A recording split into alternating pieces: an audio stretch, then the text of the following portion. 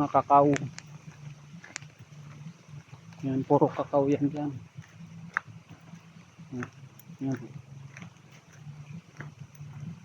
Puro prutas.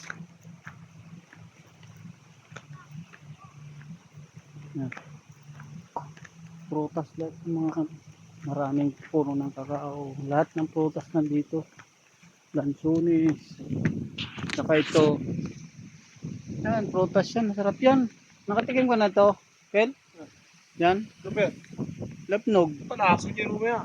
Loh, kinakain yan. Matamis yan. Paborito nga ng mga ibon yan eh. Ibon. Oo. Ibon ba tayo? Pag kinakain ng ibon, kinakain din ng tao yan. Ha? Hindi na.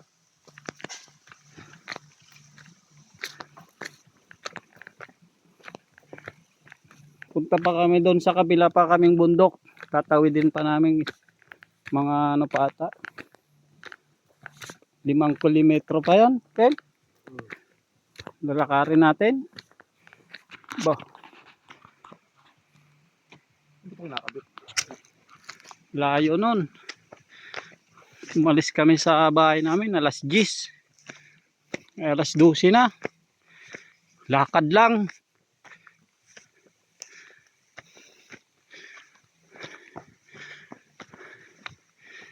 Oh!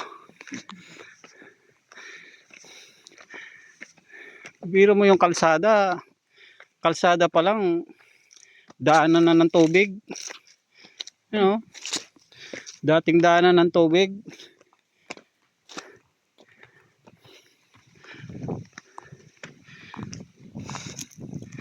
Ah, init.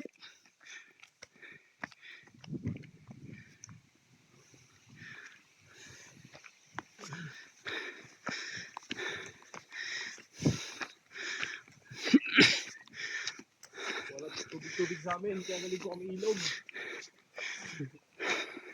Sa hirap ng tubig doon sa amin, tinawid pa namin yung ano, 10 bundok para makaligo lang. Makikita nyo mamaya yung papaliguan namin.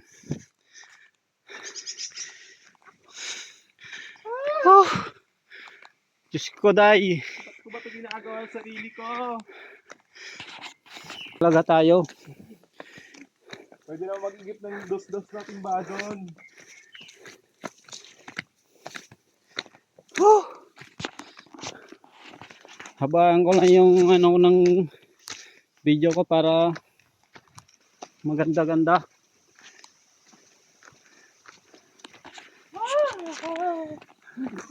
Puso ng saging, wala. Puso ng saging. Ang taas eh.